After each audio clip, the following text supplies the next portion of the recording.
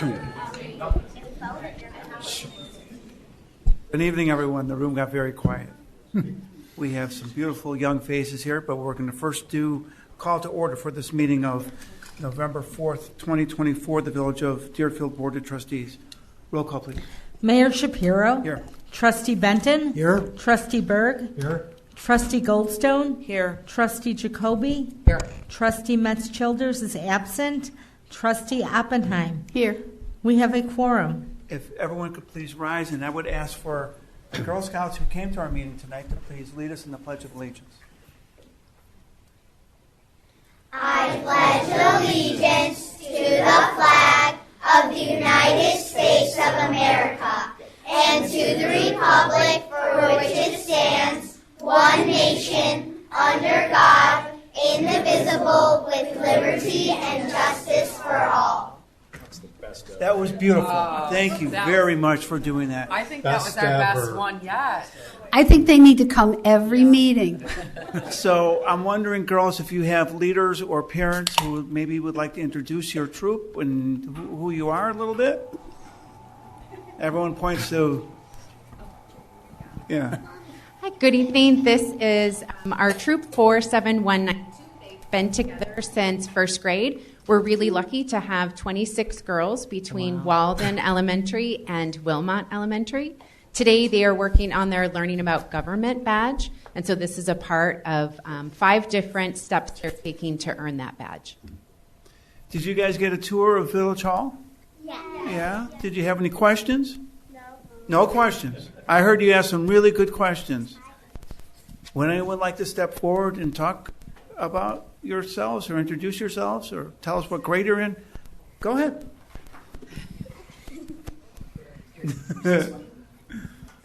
I'm Aubrey, Tell us your grade. and I'm in 4th grade. Where, Aubrey? What school? Walden Elementary. Okay.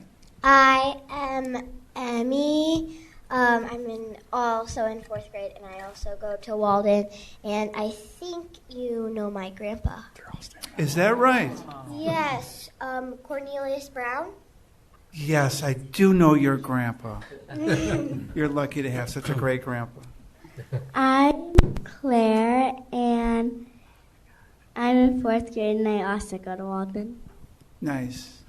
Anyone else want to introduce them? Oh, okay. I'm Come forward Genevieve. a little bit. We can't quite see you. There you I'm Genevieve, and I'm in 4th grade, and I go to Wilmot. I'm Sage, and I'm in 4th grade, and I go to Wilmot. I'm Eliana. I'm in 4th grade, and I go to Walden. I'm Eloise. I'm in 4th grade, and I go to Walden. I'm Elise, and I'm in 4th grade, and I go to Walden. I'm Alyssa. I'm in 4th grade, and I go to Wilmot. I'm Lila. I'm in 4th grade, and I go to Wilmot. I'm Matilda. I'm in 4th grade, and I go to Walden. I'm Eliza, and I'm in 4th grade, and I go to Walden. My name is Julia, and I'm in 1st grade, and I go to Wilmot. I'm Ellie, and I go to Walden, and I'm in 4th. Did everyone get a chance to introduce themselves? Thank you. Oh, one more? Was there one more? No? Thank you, girls, for joining us, and thank you for coming. I have a quick question. Do any of you girls want to work when you get older in government, maybe? Nice. Please apply. Please apply. We're so happy that you joined us. You're welcome to stay for as long as you want, or if you have to get home to have dessert, ice cream, or Homework. Homework? Homework? Yeah, homework. You can leave anytime you want to. Thank you so much for joining us. One more round of applause.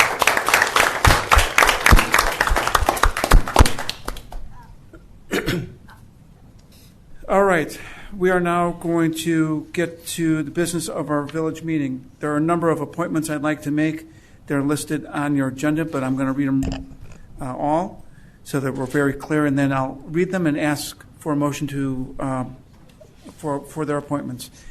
Ansley Wilson, Community Relations Commission. Brenda Levin, Community Relations Commission. Reappointments to Jason Golub, the Appearance Review Commission. Daniel Moons, the Appearance Review Commission. Paul Blakey, Chair, Board of Police Commissioners. Mason Pasalkin, Board of Police Commissioners. Linda Porter, Board of Police Commissioners. Matthew Kudich, Board of Zoning Appeals. Alan Baraski, Cable and Telecommunications. Neil Charik, Cable and Telecommunications. Greg Lappin, Cable and Telecommunications. Steve Robinson, Chair of Cable and Telecommunications. Paul Davidson, Cable and Telecommunications. Kenneth Ubershevsky,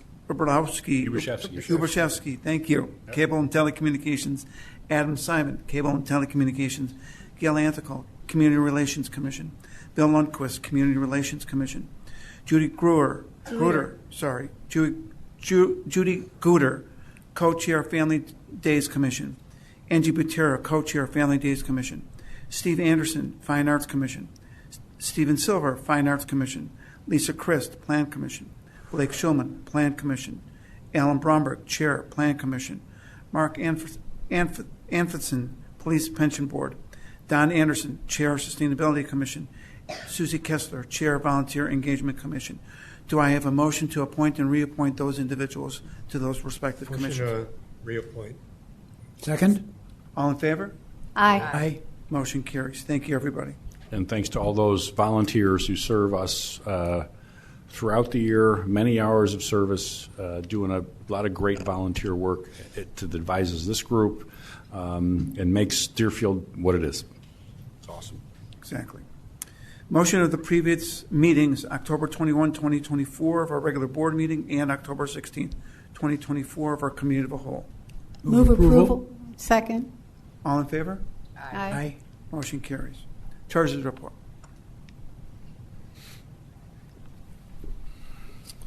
This is the September 2024 Treasurers Report. It represents 75% of the year. I have just a few highlights for tonight, starting off with a large cash receipt that caused our general fund balance to increase quite a bit. Unfortunately, we do ultimately owe that back to the Department of Revenue, so we won't get to keep that. But good news for now. Net sales tax decreased from last month as well as the same period of the prior year. That's due to non-recurring activity in both of the prior periods. So not so much that this month is too low, more that we received more in the comparative periods there. Interest income continues to outperform the budget. Hotel tax reflects payments from all 6 hotels and back payments from 1 hotel. So at the end of the month, we're all caught up with the hotels on their tax issues. Similarly, the electric utility tax, you may recall last month, we did not receive a payment. We got 2 this month to catch us back up there. We also received the second installments of our Lake County property tax, including TIF increment. On the expenditure side, notable expenditures in September include the construction and engineering costs for the various projects going on throughout the village, adjudication implementation costs, improvements at 839 Todd Court, required rock salt purchases.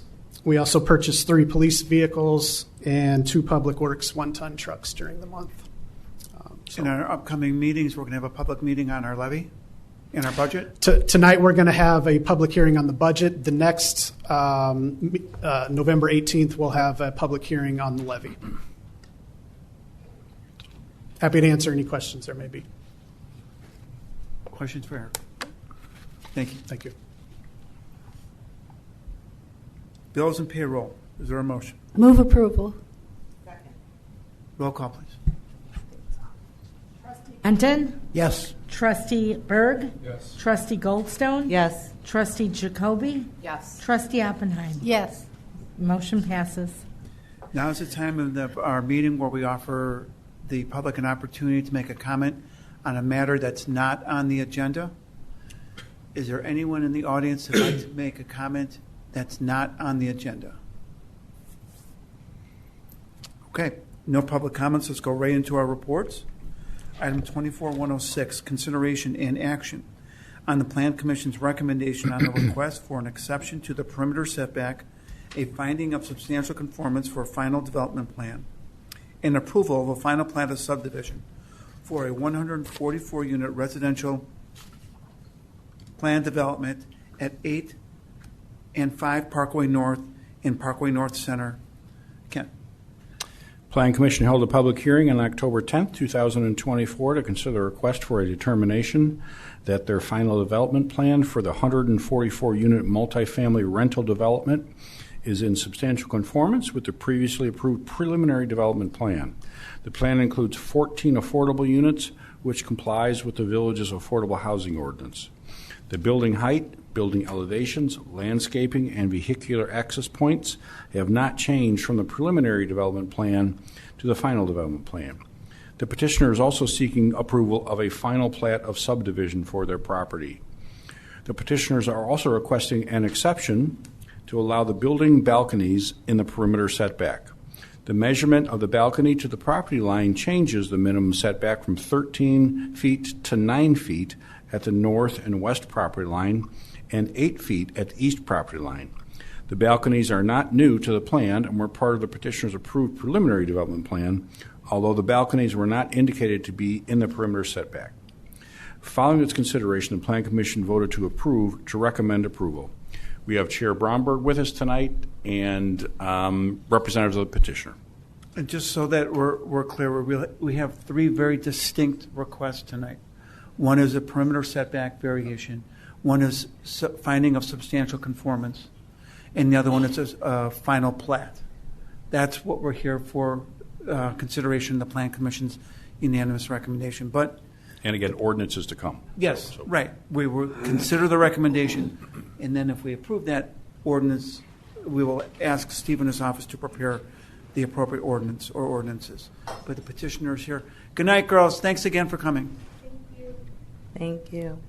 So can we take all 3 of these items under consideration at once and put them in one motion? Yes. Yes. So if you could please introduce yourself and tell us a little bit about, I think you have, you're going to tell us about the changes from the preliminary to the final, but the floor is all yours. Great. Thank you. My name's Nick Marietti. I'm the CEO of Endpoint Real Estate. I was in 4th grade about 40 years ago. So as Mayor Shapiro mentioned, we're here to speak about the changes that we've made since our initial approvals. They're fairly limited. I think I can probably dive right into the setback after just mentioning that we reduced our total unit count from 147 down to 144 due to some utility locations. So reduced our density a little bit. We are asking for an accommodation on the setback. We initially came in with a 13-foot setback, as Mayor Shapiro mentioned. The balconies were on the original plan. So this is just kind of cleaning up what was already approved and making sure that we're doing everything by the book. The other note that I would make on the setbacks is that while these setbacks are technically from our lot line going from 13 to 9 feet or 13 to 8 feet, it's important to note that we're already 50 feet off of Saunders. So there's a strip of land that's owned by the Parkway Association in between our lot line and the road. So the setback is really going from 63 to 59, just for some context. We made a couple of pretty immaterial changes to the plan in addition to what I just mentioned with the unit count, and the balconies never changed. For one, we mixed our units. We changed our unit mix a little bit. We've got an additional 1-bedroom or single-story unit. Our land area changed about 7,000 square feet. We reduced our parking along with our unit count. We're still, still have over 3 units per unit. As with our initial approvals, we're moving forward and, of course, abiding by the affordable ordinance that will require us to have 14 units that fit the affordable programs. We're already in contact with the third-party administrator on how to make sure that we're doing that the right way and efficiently and making sure that people are getting the opportunity to use those units.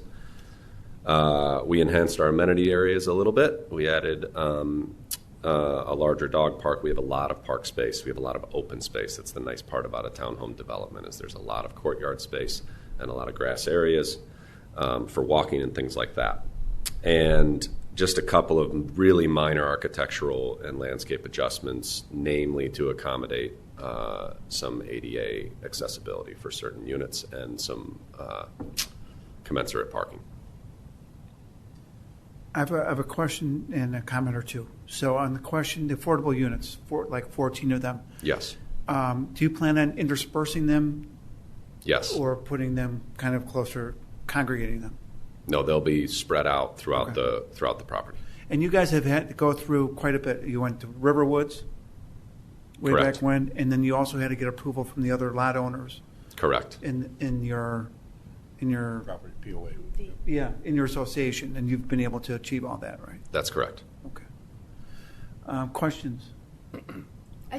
I just had a comment. I applaud you on changing your mix, your type of units to make more 3 bedrooms and the additional 1 story. I think that's very sensitive to the needs of a variety of kinds of tenants, and I think it's great. Thanks. Us too. Okay.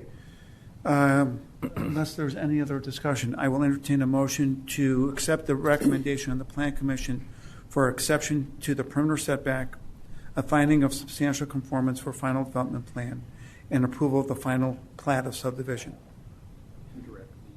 And direct the attorneys to prepare the appropriate ordinance. So moved.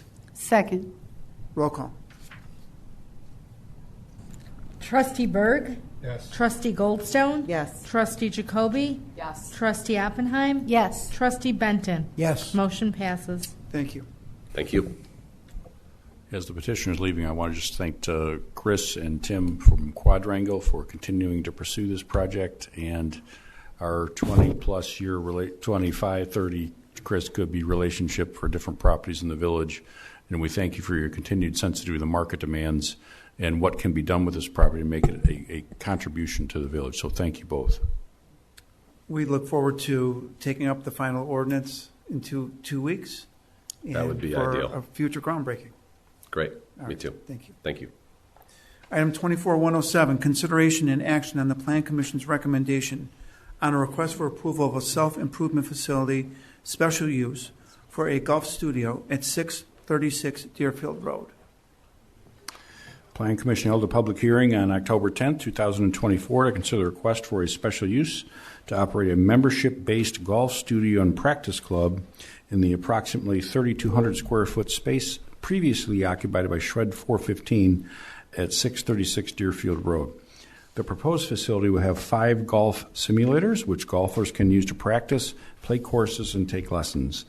There will be golf instruction at the facility, but it is anticipated that most of the use of the simulators will be during the hours of 7 a.m. and 11 p.m. by golfers who are practicing to improve their golf game.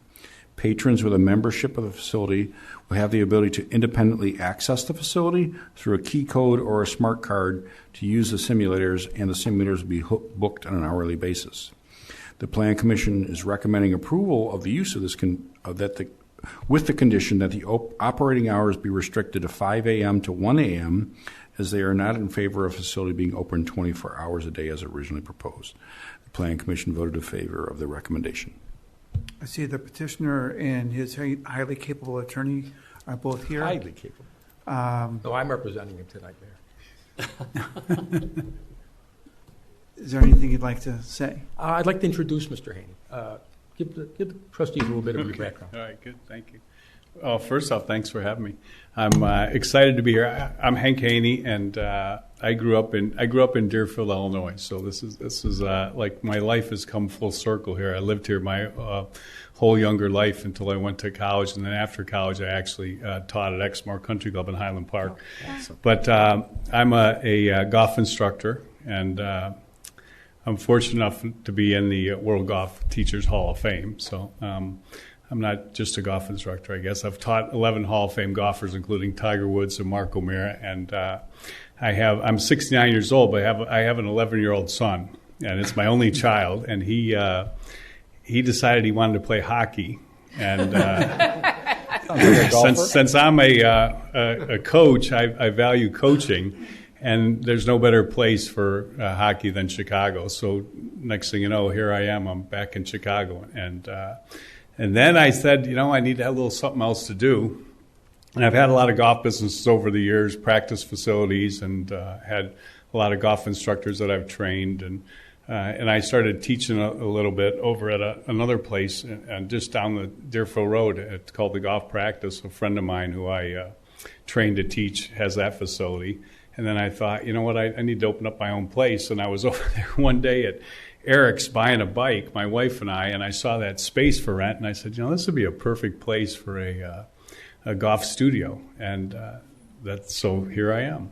And that's what my business plan is just have 5 golf simulators. There won't be a lot of traffic, because, maybe somebody will bring someone with them, so I would, but most of the time there'll be probably 5 to 10 people max in the facility, and it's a perfect spot for it, and I'm excited to do it. And like I said, I feel like my life has come full circle because here I am back in Deerfield. I went to Walden High School, and I also went to Deerfield High School, Walden Elementary School, and it was.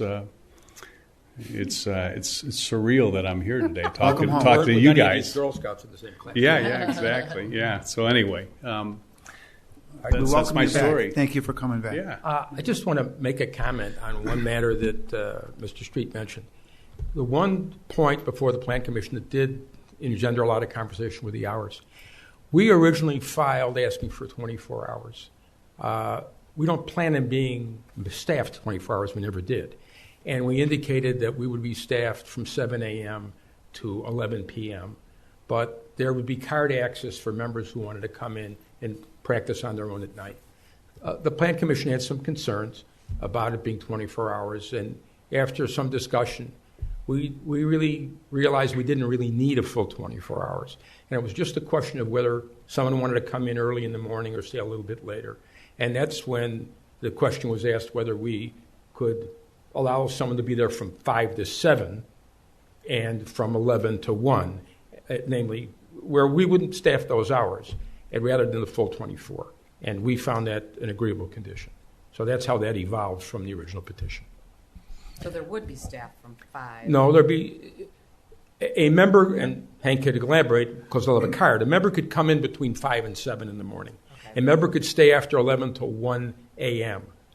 Between 7 a.m. and 11 p.m. it will be staffed. That's the staff. Got it. So basically, all you're doing is denying some of your truly, truly dedicated golfers the ability to practice their swing at 3 o'clock in the morning. Exactly.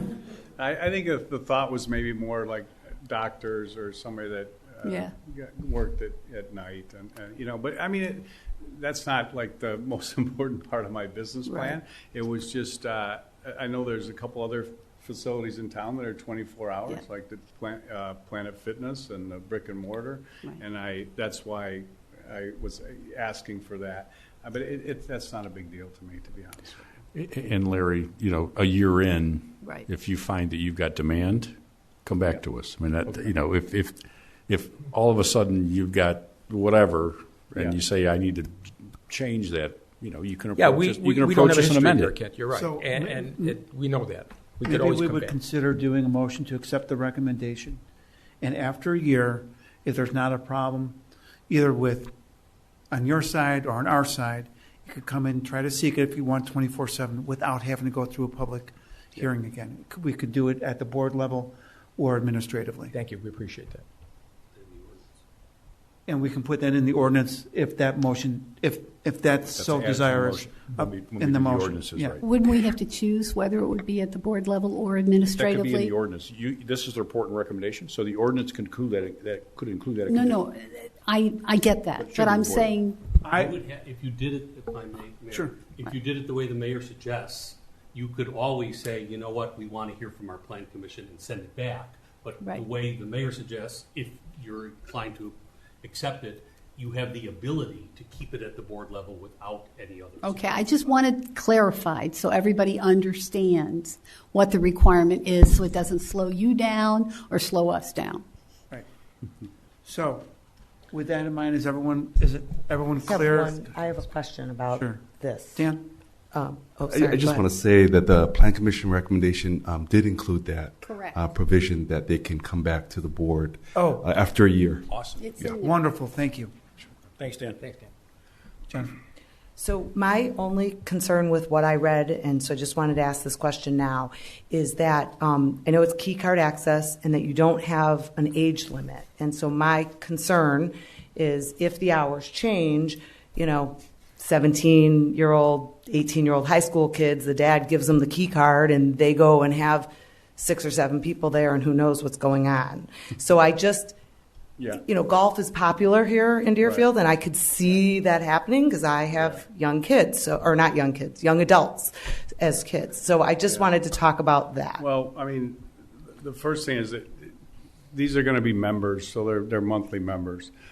So if anything ever did happen, it would only happen once. Right. Okay. Because they'll lose their membership. Because they won't be a member anymore. Okay. And I also have, I'm going to have security cameras so that I can see exactly what's going on. Right. So everything would be recorded, and I would know exactly who the problem was. So I really don't, anticipate that there's going to be any. I mean, one of my goals of having this business is that I didn't want to be high on employees, to be honest with you, and I for sure don't want to be high on headaches either. Because even if I just had this as a place for me to teach some, it works out well for me. So I'm not like I'm probably looking at like having 100 members, and they're like I said, there's only be 5 places to hit. So this isn't going to be a deal where you can bring 10 people with you and everybody hang out there. But I mean, it could happen. Like there's a lot of what ifs could happen. A lot of things could happen in life, and I don't anticipate there's going to be a problem. But if, like I said, if there is, then it won't be a lasting problem because those people won't be members anymore. So revoking membership for lack of performance or outside of the bounds is something that you're ready to do. Oh yeah, for sure. And the property would be monitored even though it's not staffed all the Yes. time. You would have some kind of a record of exactly how it's being used. Yeah, they're going to have to make an appointment, But you'll have the cameras. Yeah, and I also have Right. the cameras there, so I'll know exactly who's there at using each machine at each time. Yeah. I have a question also. My memory of that lot behind your place and behind that center, behind Shoppers Court, is a little bit narrow and constricted. Is there room, because people are going to be coming in with their clubs, is there room to unload the clubs from the car and bring them in the back there without interfering with other people who are doing the same thing or driving through? Oh, yeah. I mean, there's a lot of. That's not a very narrow area. I'm not sure what you're referring to. Oh, it seems like a fairly tight unit, and maybe I'm thinking too much of the front, because you go around the front, you stop at Italian Kitchen, or you stop at Aloha Poke, and obviously you're not going to do that with golf clubs in a long-term park. Yeah. Well, it's a set of golf clubs is certainly not as big as a bicycle. Yeah, it's on the other side. And they're unloading bicycles at the store right in front of me. That's true. Okay. No, that front area is tight, but you're talking about the back. Yeah. Any other questions? Comments from the public? All right. I will ask for a motion to approve of the Plan Commission's recommendation, instruct the attorney to prepare the ordinance for a self-improvement facility in special use for a golf studio at 636 Deerfield Road. So moved. Second. Roll call. Trustee Goldstone? Yes. Trustee Jacoby? Yes. Trustee Oppenheim? Yes. Trustee Benton? Yes. Trustee Berg? Yes. Motion passes. Thank you. Thank you. Thank you. We'll have ordinance prepared for an upcoming meeting, Steve. Not sure if it's the next meeting or the following one, but got it. One more step. Item 24-108, consideration and action on the Plan Commission's recommendation on a request for an amendment to the Deerfield High School special use and text amendment to the Deerfield zoning ordinance for a digital monument sign for Deerfield High School located at 1959 Waukegan Road. Okay, I got to read a lot. Plan Commission held a public hearing on October 10, 2024 to consider the request of the Board of Education of Township High School District 113 that is seeking a text amendment to the zoning ordinance and an amendment to the special use to install a new digital monument sign at the entrance to Deerfield High School. The digital sign will provide messaging such as school closures, emergency updates, and school events. The messages displayed will not scroll, flash, or change colors so as to be distracting to drivers. Messages will remain static for 10 seconds before transitioning to the next message. The proposed digital monument sign will be used only for school event information and will not be used for additional commercial business. The current regulations for signage in the P1 Public Lands District do not allow for a digital monument sign. The proposed text amendment for the digital monument sign will be written so that it applies only to a public high school property and will contain the allowed area and height of the new digital monument sign, the maximum illumination allowed during the evening hours, hours that the sign is allowed to operate, and that the sign can only be used for high school or school events, and no commercial advertising is allowed on the sign, and other restrictions on the digital sign as appropriate. The village has limited the electronic digital signs that are allowed in the village. The only electronic digital signs allowed in the village are for gas station price board signs, restaurant menu board signs, bank drive-through lane open and close signs, and small static digital window signs, and the Deerfield High School scoreboard. The Plan Commission voted to approve the sign, recommending approval of the text amendment to the zoning ordinance, with the condition that the messages displayed be static, will not scroll, flash, shimmer, change colors, or have any sound that not contain any commercial advertising at any time. The Plan Commission is also recommending approval of an amendment to the Deerfield High School Township High School District 113 special use to allow the proposed digital monument sign pursuant to the petitioner's plans with the modifications to the sign width of 24 inches and with the following conditions. Only 2 messages displayed per day. Messages will be static for at least 10 seconds before slowly transitioning into the next message. No commercial advertising displayed at any time. Operating hours Wednesday through Saturday from 6 a.m. to 9:30 p.m. and Sunday through Tuesday from 6 a.m. to 8 p.m. And the brightness level of the sign to 1,500 nits. I love that name. After dusk. Again, we got representative of the petitioner, representative of the Plan Commissioner here. Sorry for that long reading, but there's a lot of stuff going on. So, thanks. Welcome, gentlemen. Thank you. Please introduce yourselves. Yep. My name is Brian Ammer. I'm the Chief Operations Officer for Township High School District 113. If you guys would just, when you speak, just speak into the mic. Yeah. And I'm Brian Versario. I'm a 22-year resident of Deerfield, and I've been the Student Activities Director at Deerfield High School since 2007. So thank you. Welcome Thank you for allowing us to come speak to this body. Again, I know I've been here before. And so we have a presentation. I can go through it. I know we've presented this to the Plan Commission a few times. So I'm going to go through that presentation unless there's any objections. Please do. Okay. So we're here to talk through the current Village of Deerfield sign and upgrading that sign to a digital monument. So Again, on your if you screen could here, just slide a little bit to your right so you're right in front of the mic. That would be Sure. helpful. Or pull the mic to you, Brian. all right. There you go. Good, thank you. All right. So this is our current sign. It's a wooden sign. It's illuminated a little bit. There's uplights pointing towards it to illuminate the sign at night. This is the current sign we're proposing. This is a rendering of the sign. We're proposing to this board and we'll propose to the Board of Education. One note here is that this rendering does not include landscaping. You'll see that on a later plan.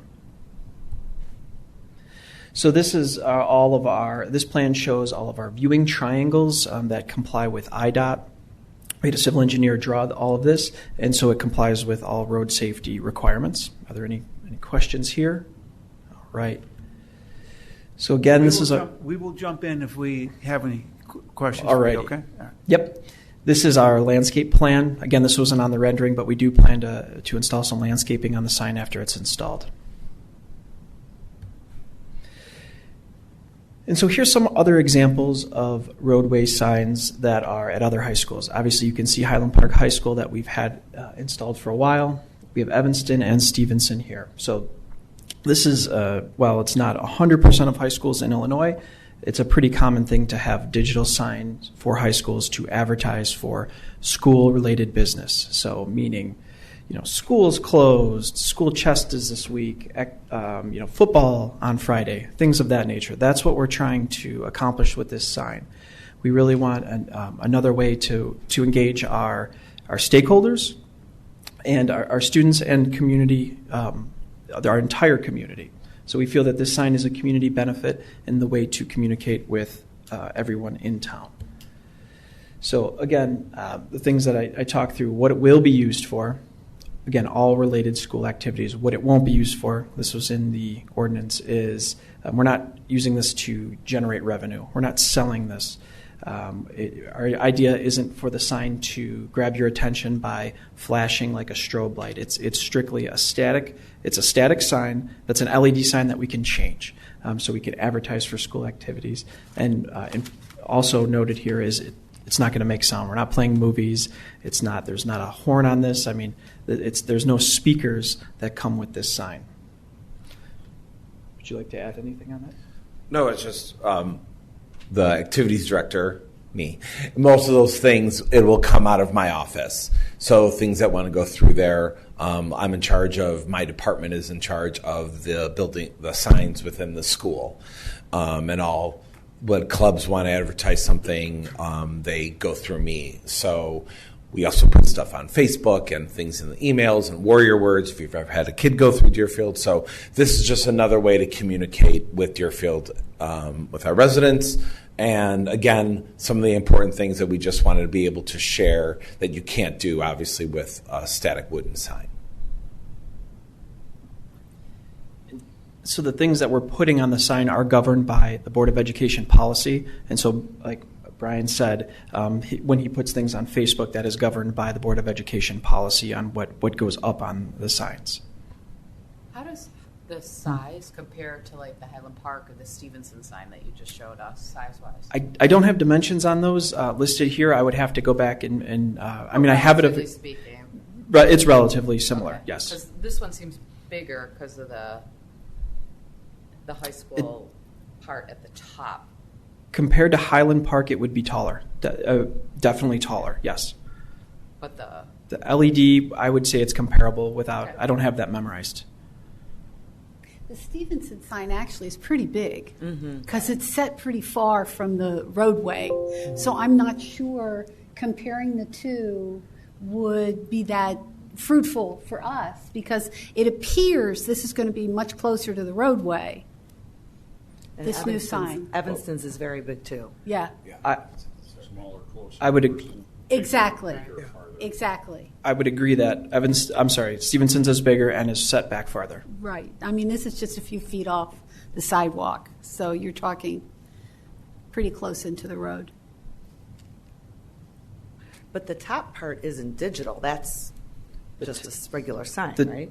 The top part is static, correct. Right. And this is just a rendering. We'll go through the shop drawing process to kind of finalize what that top looks like. This is just a visual And representation. the message would just change in this portion you're showing us where the flag is. That is correct.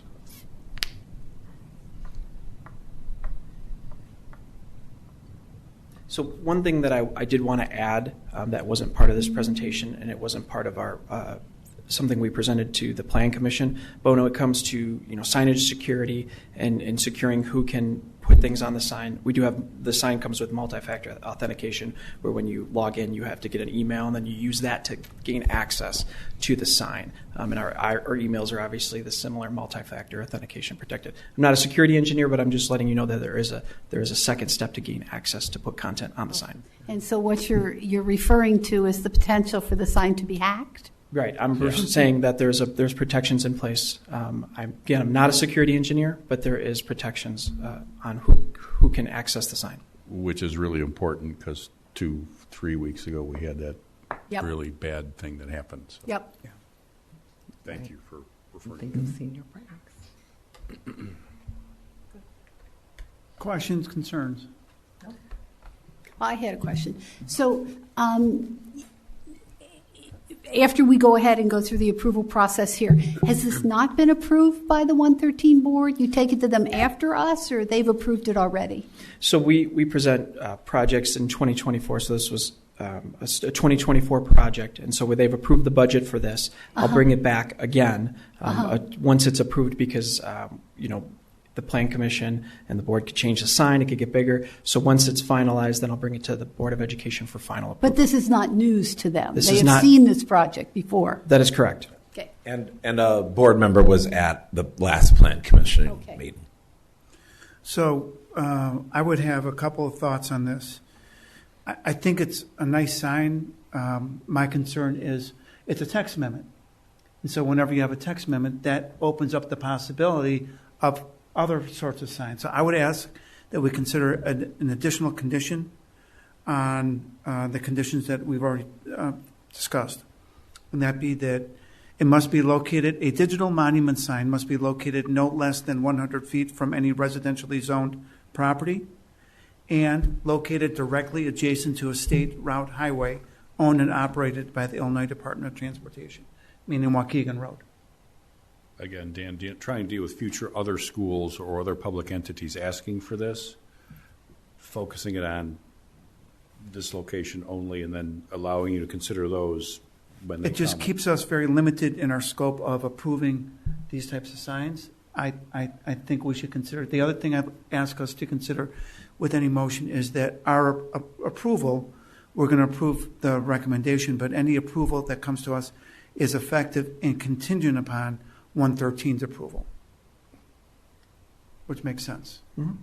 So those would be the two things I would ask that you consider with any Plan Commission recommendation as you move forward. And again, Dan, so those would be built into whatever Steve's office creates as Yes. opposed to an ordinance.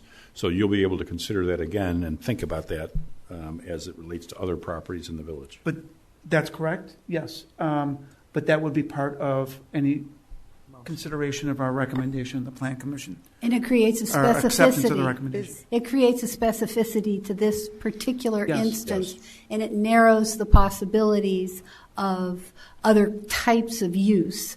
Digital billboards, yes. Right. Yeah. But in the future, it would still give us the potential, the ability to change that again if we did find that those uses were something that we wanted. Correct. Is Waukegan Road the only state road or state Route highway? 43. Yeah. That's the only one. So It's the only Deerfield one in Road Deerfield. and It's the only one in Deerfield, right. That makes sense So to me. with that in mind, is there a motion?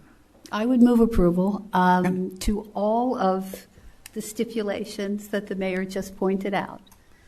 I would second. And the report, to accept the report, And the recommendation. And the and recommendation. to direct the attorney to draft the ordinance. what he said. Right. Yes? There's a motion. I'll second. Okay. Any questions? Roll call. Trustee Jacoby? Yes. Trustee Oppenheim? Yes. Trustee Benton? Yes. Trustee Berg? Yes. Trustee Goldstone? yes. Motion passes. Thank you, gentlemen. Thank you. So Steve, ordinance at next meeting or maybe the following meeting, right? This we probably can have at the next meeting. Okay, just want to give these guys a heads up. So next board meeting, ordinance, consider, you guys got to come back. Come back. Ordinance language, so. We had a nasty. Item 24-109, consideration and action on the Plan Commission's recommendation on a request for text amendments to the Deerfield zoning ordinance to allow for sidewalk signage. This one's not quite so long. The Plan Commission considered text amendments to regulate temporary sidewalk signs in the village. Sometimes these signs are referred to as A-frame sidewalk signs, portable signs, or sandwich board signs. These temporary signs can be beneficial to businesses in commercial districts of the village as well as public entities that wish to utilize them. In January of 2020, the Appearance Review Commission began discussions on the best way to provide consistency of sidewalk signs, A-frame signs in the village. Since their initial discussion, the COVID-19 pandemic delayed this matter. The ARC has studied this matter in great detail, and they developed a framework of regulations for sidewalk signs. The Plan Commission held a public hearing on October 10th, 2024, and is recommending approval of the text amendments as presented. We have representatives of the Plan Commission and Appearance Review Commission tonight, Liz Delavitt, Dustin Goffin from the ARC, Al Bromberg from the Plan Commission is here, and Dan Nakahara, Staff Liaison of the Plan Commission, is here also. again, I think we turn it over to Liz to kind of frame this conversation up and then go from there. I have a very quick presentation. Good evening. I am here with Dustin Goffrin, one of my commissioners, and we are here to talk about sidewalk signs, which, as Kent mentioned, are also called A-frame signs, T-frame signs, portable signs, and sandwich board signs. Now, the ARC is choosing to refer to it as sidewalk signs, but it is important to note that they're not always located on sidewalks. Got it. Okay. If you walk around the C1 and C2 business districts, you have definitely noticed that sidewalk signs are everywhere, and they are currently without regulations. There is nowhere in the zoning ordinance that mentions these signs, and therefore they're not currently permitted, but they have been receiving violations for many years. Now, at the ARC level, we have had several businesses and shopping center owners come to us asking us how they can display this type of sign. They felt there was a need for them to advertise daily specials and different quicker changing advertising that you can't really do in a window or on a wall sign. So here are some examples that you have definitely seen. For something that's not permitted, we got a lot of them. We got a lot. Probably right before COVID, we started to go a little easier as we were starting to consider allowing them. And COVID kind of paused us for a little bit. Yep. The ARC began by reviewing the different types of signs to determine what sign type would fit into our Deerfield branding. The ARC felt that wood and metal would be the best acceptable material. They were not in favor of plastic, which is what most of the signs are if you walk around Deerfield. The Plan Commission was okay with plastic, but they did agree that they did go with the ARC's decision that plastic did not look as nice as the others. No weighted signs and no letterboards. And then we also reviewed neighboring regulations, and as you can see, most of our neighbors do allow sidewalk signs with regulations. So we reviewed the regulations, and then the ARC, in conjunction with the Plan Commission and the Village Manager's Office, came up with a proposed regulation list. Do you want me to go through the list, or? Yeah. So one sidewalk sign per business, and if there's a drive-through or a drive aisle, they would be allowed one additional sign. Public lands would be allowed also a second sign as long as there's a second entrance, and village parking lots are allowed a second sign. Signs need to be located within the property line with a 36-inch path maintained, and that's by code. Metal. ADA access. ADA access, yes. Yeah. Yes. Metal and wood frame signs only. Chalkboard and inserts would be okay. Signs need to be self-supporting with a maximum size of 6 square feet, a maximum height of 4 feet, and signs need to be placed within 15 feet of the entrance. And also no attention-grabbing devices can be attached to the signs. Letterboards are not allowed, no illumination, and signs are to be displayed during business hours only. And then just one last point.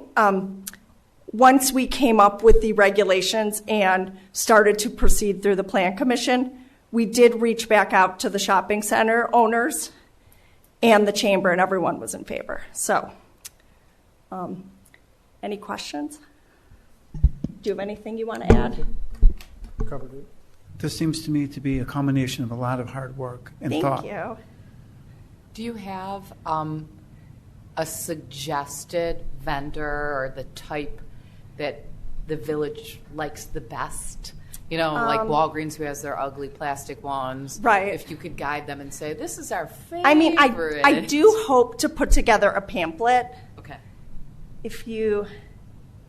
There are some around town that really do look nicer than others. Right. It would be nice to kind of maybe star them or highlight. Yeah, them or like something, Scout and just Molly's, I think looks so nice. people would know, businesses would know where to get the good ones. Yes. But I do also like the creativity that businesses can be allowed within the framework.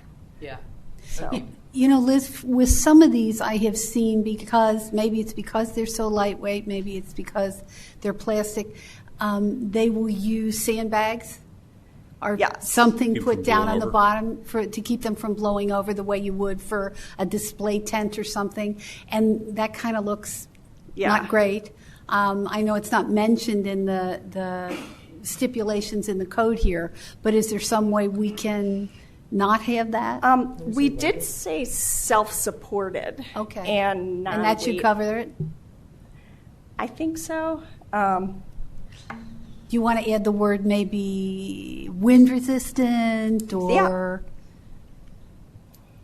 because we don't want the danger of them, you know, flying off down the sidewalk and whacking somebody? Yes, I agree with that. That's a good idea. Yeah. This is great. Better late than never, right? I know Better there was a late little pause. than never, yeah. But this is great work. So thank you for Thank putting you. this together. Thank you. I think that's everything. Does anyone have any questions for Liz or Dustin? I have one question. Sorry, I had a lot of questions this week. Was there ever any thought to how many signs per mall? So, like, do we care if every single business owner in the main square has a sign? It'd still be one per business, wouldn't it? Yeah. So I think as long as it's one per business, I don't see every business. I mean, they do have to maintain it and take care of it and change it out themselves. I think we would be hard pressed to say there's 12 business owners in the mall, but you only get 6. Yeah. That wouldn't be workable. Very hard. Yeah. Very hard. Did you guys talk about first floor businesses only? That's a very good. Well, it needs to be by the entrance. By their Does entrance, that cover though, it? that would cover it, wouldn't it? That's a good question, though. So, but I'm thinking And about, I don't you think think we've about ever- spaces where there's a two-level space, and all of a sudden Businesses? there's an operator upstairs. Most of us are first floor, that's what we think about. But it would only be covered if if the second floor business utilizes the same entrance Like as the air first one. Yes. So that might be covered with that already. Yeah. But I think the point is, you don't want them every 2 feet. You want them for use that you can visibly connect to, right? Right. That's the intention. Yeah. Right. Cool work, though. Great work. Yeah, great work. Thank you. Good luck enforcing this. Good luck. Good luck at Steve writing the ordinance. Oh, I already do the window sign, so. Steve, do you see any quirks that this is going to trip from your experience working with other towns? Towns are all over the board on this. Some prohibit pun it intended. altogether. Nice. Some prohibit it All altogether. Others are more liberal, as Deerfield, as the recommendation is tonight. So it's a policy question. And the ordinance can be crafted to reinforce whatever policy choice we make. You're feeling comfortable That's right. with that. And if you miss something, it's easy to rectify if you're having a bad experience. But I think you've covered all the bases.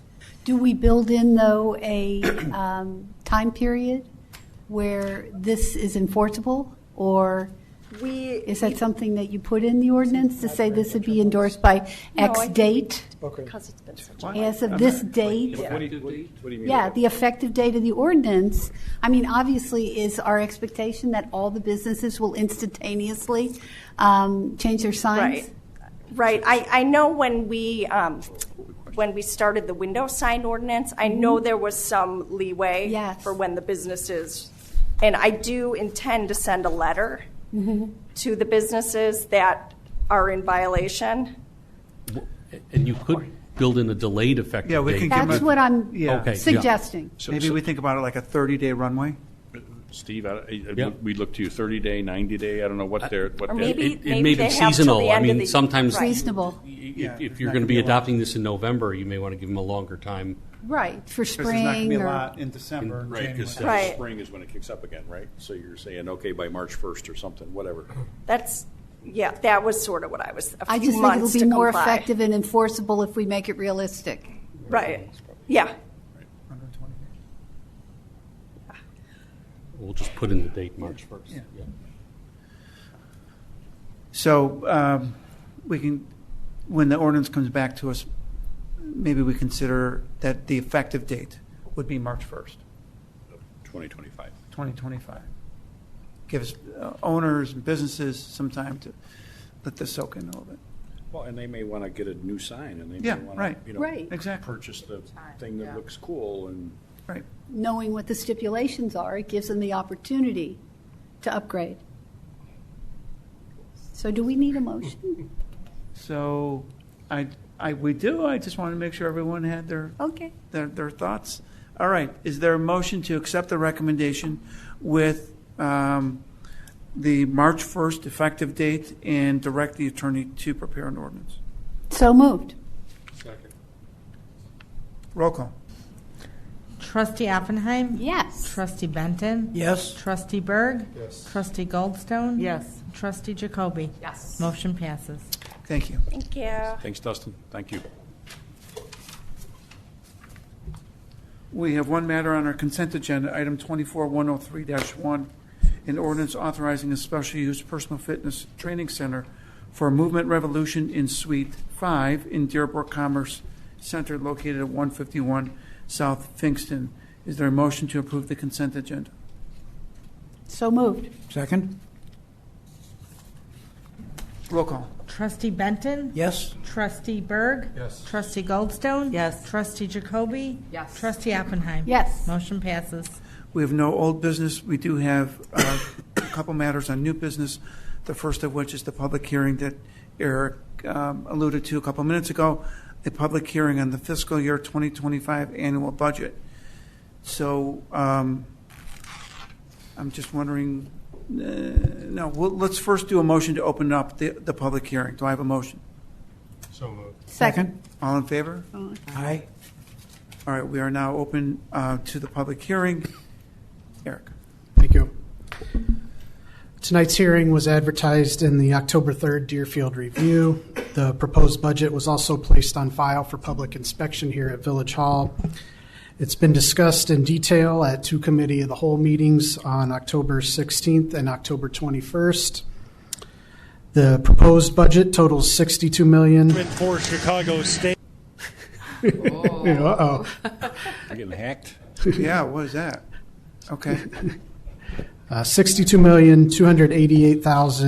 $62,288,840, which is a 4.3% increase. That's due largely to the additional transfer from the general fund to the capital projects fund for the 2025 capital budget. Also, there's increases, as there is every year, for general goods and services.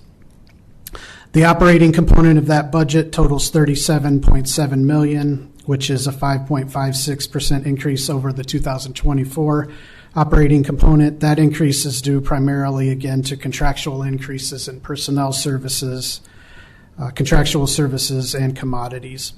And the difference between the total budget and the operating budget is made up of funds that are segregated for specific uses, one-time expenditures such as equipment purchases, transfers, and, of course, the capital budget. Our capital budget this year was discussed in detail at a committee of the whole meeting on August 26th. It includes $11.7 million of work and is funded through available resources in the Infrastructure Replacement Fund, home rule sales tax, infrastructure impact fee, food and beverage tax, motor fuel tax, and a nice $4.7 million federal grant for Hazel Avenue. Notably, it's not funded with any new debt in 2025, so no new debt in 2025. The 2025 budget is partially funded with the 2024 property tax levy.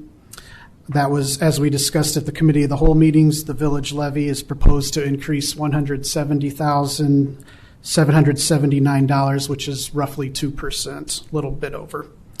The $500,000 home that we like to look at each year is estimated to pay $905 of property tax to the village in 2025, about $20 more than 2024. The village is also required to pass the library's levy. That levy has been approved by their board, and we have representatives from the library here tonight. It totals $5,528,700. We will have a separate public hearing for that tax levy. We should note, though, that we are not required to have that levy or that hearing because we're under the 5% increase, but as we've done in the past and just good practice, we would like to have that meeting anyways, even though it's not required. The last item included in tonight's materials is a draft of an upcoming fee resolution. That includes all the increases that we talked about during the two Committee of the Whole meetings. That will be on the agenda at the November 18th board meeting. Highlights of those increases include a 5% increase in both the water and sewer rates, 3.5% increase in the refuse rate, increases to the extension of building permit fee, increase in the Class J liquor license fee, the addition of an interactive amusement game license fee, and addition of the administrative adjudication hearing fees. This is the end of a lot of work for all of us, especially the finance department. So thanks to them, thanks to all the departments. Staff is here in full force if there's any other questions. I did not receive any questions from anyone in the public, but no action tonight. We'll have the final approval at the next meeting. So if anybody has questions, reach out to us. We're happy to talk to anybody who has questions. And there are budgets on public display at the lobby, so people want access to it on the website and in the lobby. Is there anyone in the public who would like to offer any comments about this? Seth and Amy are here from the library district. You guys have anything? Thank you for coming, by the way. Do you have anything you want to add? No? It's our pleasure, and I just want to express my gratitude to Amy and Kelly and the library for all the hard work and coming up very much for the Thank you for coming, Kelly. This process usually starts around July or August, right? July, yeah. We start inputting numbers in July, meetings, several rounds before we get to the board, and then multiple meetings with the board. And you said there was a lot of hard work, especially from your department and your lead. It seems to me that the increase is kind of inflation-driven. The 4% increase is inflation-driven, salaries, goods, stuff like that. Largely, yes. And I also want to emphasize that we aren't issuing any debt. We didn't last year, right? Correct. No debt last year, no debt this. And we'll see what next year brings, but this year, no debt. For a lot of public work. Yes. Yes. A big project with Hazel. I mean, and again, I want to just applaud the team for putting ourselves in position to get, almost $5 million from the federal government for Hazel Avenue. And that will be our last major collector street we have fixed in the last 15 years. All of them will be done. So we're just feeling good about that. Yep. But thanks to Bob and his team, Bob and Tyler and his team. Questions? One more call to the public. Questions, comments? All right, I will entertain a motion to close the public hearing. So moved. Second. All in favor? Aye. Aye. Public hearing is closed. Thank you, Eric. Item 24-110, resolution authorizing the purchase of public works vehicles. Vehicle. Thank you, Mayor. The truck number 604 is the truck here before us tonight. It's the bread truck, as we call it. It looks like what you'd see a Toronto bread delivery truck. That's just what we call it too. But every public works in the area has one, at least one. Primarily used for water main breaks, sometimes for other underground work. But it does serve as a refuge for our workers, in inclement weather, heavy rain, winds, cold weather, they have a place to go in and warm up or cool down. It stores all the tools and equipment necessary for water main work or other underground work inside. And so it's a truck that gets used constantly, and I'm sure you've all seen it out on the street. The truck basically is composed of three parts. The first part is the chassis, which is just the steering wheel and the tires and the engine, nothing else. The second part is the upfit or the body, which is kind of a clamshell that goes on top of that, and that's the housing. And then the third part is the customization. And so the current truck that we have is from 2008. That truck, the customization parts, the toolboxes, the generator, the air compressor, everything that's going inside that truck came from the previous truck. And so we just took that, stripped it out, and put it inside this 2008 truck and put it on the road. So it was pretty efficient. But now that equipment is 26 or so years old. We received a price for this for the chassis for the parts 1 and 2, so chassis and body, from Sutton Ford, and that's a state bid. So every Ford dealer in the United States provides the same price, and so we can go to any Ford dealer, get the same price for the chassis and upfit. The difference is in the customization, and so once the chassis and the body are manufactured. And then brought to a customization firm, an outfitter or an upfitter, they call it. Then we specify what we want: toolboxes, air compressor, generator, etc., air conditioning unit. So all that is customized. And when I say customized, I'm not talking about leather, seats or anything in there. I mean, it's pretty basic, but it's made for work. The price for customization is unknown at this time, so we won't know until we actually have the body and the chassis in the shop. But the price for the body and the chassis is $89,654, and that is available at this time. So it's probably in a build slot somewhere, and as soon as we sign, we can have that delivered to our customization outfitter, and then sometime maybe mid to late next year, we'll hopefully receive the truck. In the meantime, I will be in front of the board presenting and asking for the cost to upfit the truck or to customize the interior of it, approximately $100,000 to $250,000 to do that, and likely to get 2 cycles worth of truck out of that. We have saved in the VERF $150,000. This, as I mentioned, is just under $90,000. The last discussions that we had at the committee of the whole, it seemed that the board was in favor of making this purchase.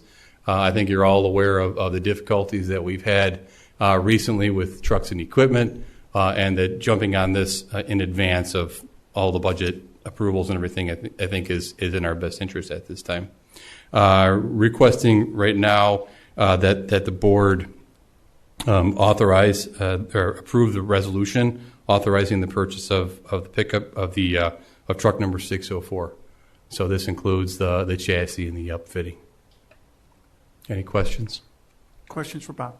Do I have a motion to approve the resolution? So moved. Second. Roll call. Berg. Yes. Trustee Goldstone. Yes. Trustee Jacoby. Yes. Trustee Oppenheim. Yes. Trustee Benton. Yes. Motion passes. Thank you. Thank you, Bob. Item 24-111, resolution approving local agency agreement for federal participation for Hazel Avenue. Yes, good evening, Mayor. As we all know, Hazel, and as Eric mentioned earlier, just got under $5 million for the project next year. It's roughly about a $9 million project. We hope it comes in lower, but with this grant money, IDOT is taking the bidding and also will be paying the contractor for the work. They'll seek the reimbursements from the village after for our portion. Part of getting this on the docket for bid openings and also execution is the local agency agreement, which basically states that the village has appropriated the amount of funds that is due to IDOT or as our share Water main, for instance, is 100% our cost, and then also the remainder from what the grant will not cover. The preliminary overall cost for the village is just under $5.8 million, which includes the cost of construction and construction engineering. We've budgeted just over $5 million in 2025 and also another $200,000 in 2026. But it's important to know that pending the bid results, that number can fluctuate up or down. When this PPI, the form that we used for this grant money, was developed, we did have a higher estimate of cost than when we budgeted. So the most recent estimate is actually lower than what we're currently was used for this agreement with IDOT. So we are fairly confident that it will come in under. However, we won't know that until Friday when they open the bids. Public Works and Engineering Department recommends that the Village Board authorize the resolution to approve the local agency agreement for the federal participation for Hazel Avenue Infrastructure Project. Questions for Tyler? Do I have a motion for approval of the resolution? Move approval. Second. Roll call. Trustee Berg? Yes. Trustee Goldstone? Yes. Trustee Jacoby? Yes. Trustee Oppenheim? Yes. Trustee Benton? Yes. Motion passes. Item 24-112, resolution for 2025 MFT Hazel Avenue project. Yep. So this is the MFT portion. For next year's project, we budgeted $1.3 million. So this is the agreement with IDOT that says we are spending it on participating funds, not on things like water main. This will be part of the $5 million that will be coming out of the village's portion for next year's project. So at this time, staff is requesting the mayor and village board adopt the MFT resolution for the 2025 Hazel Avenue project. Questions? Is there a motion to approve? So moved. Second. Roll call. Trustee Goldstone? Yes. Trustee Jacoby? Yes. Trustee Oppenheim? Yes. Trustee Benton? Yes. Trustee Berg? Yes. Motion passes. I think Tyler notices went out for a meeting. Yep. Public Last week, on the yep. There's a 12th. public information meeting next Tuesday, the 12th, from 6:30 to 8 in this very room. So we've sent it to all those residents that live along Hazel, plus some of the dead-end streets, Alden, Clay, Illinois Trail, things like that, Maple Court. So those residents are aware, so we're hoping to have a pretty good showing. Will you next have week. more than one? Public meeting? Yeah. We do record it for anyone who is not able to attend, but it's not uncommon for us to go kind of have one-on-one sidebars with residents that may have missed it or may have been out of town or have specific questions for trees, water services, things like that. So Yeah, I would encourage that because some folks may be out of town. It's a huge project. It's going to be very impactful to them. So whatever we can do to reach them, let's do that. And there's typically an ongoing communication piece. Yes, there's a village blog, Right. and there will be additional mailers. You know, this was just the first one. There will be Yes, additional good. ones that we kind of gear So up for like construction. weekly updates or bi-weekly when it's Mhm. when something impactful Yeah. happens, they'll do an update. Typically, we like to do it weekly, just so residents are kind of aware of, or today's there's going to be, if they've got questions, they know to look, I'll say, on a Monday. We also do it for large scale items. If water main construction is going to start, or if we're going to Yes. move into a different stage, that deserves its own blog post. So we've done this a few different times over the last few years. We're obviously still perfecting it. Nothing's going to be perfect, but we feel like we've got a pretty good handle on it. We'll be communicating with the schools and Brian Almer that you just saw come up here this morning or this afternoon as well. So the But word will get out. we have to be proactive. I think Yes. that's your point. We got to I be mean, proactive it's going on to the be a pain in the ass. Sorry. Yes. Pain in the It's butt. going to be a pain in You can say it, the I can't. backside The Girl for- Scouts for- are gone. For so Yeah, many it's people. okay. But if we can communicate and keep that communication regular and frequent, it just helps a little bit. Yeah, we've got 3 different parks associated along Hazel Avenue as well. So it's going to be a lot of communication with the various stakeholders. Thank you. All right, items for discussion by the mayor and the board of trustees. I got a couple. Last week, Kent and I, Andrew, and maybe some others were at the picnic that we have with other taxing bodies, 6 other taxing bodies, schools, parks, library. Local agencies. Local yep. agencies, and we do this every year. It's an indoor thing at Patty Turner, and it gives us an opportunity to talk to other leaders, out of the leadership positions. It's very good. Just allows us to find out what's going on and have, picnic and something informal with our other agencies.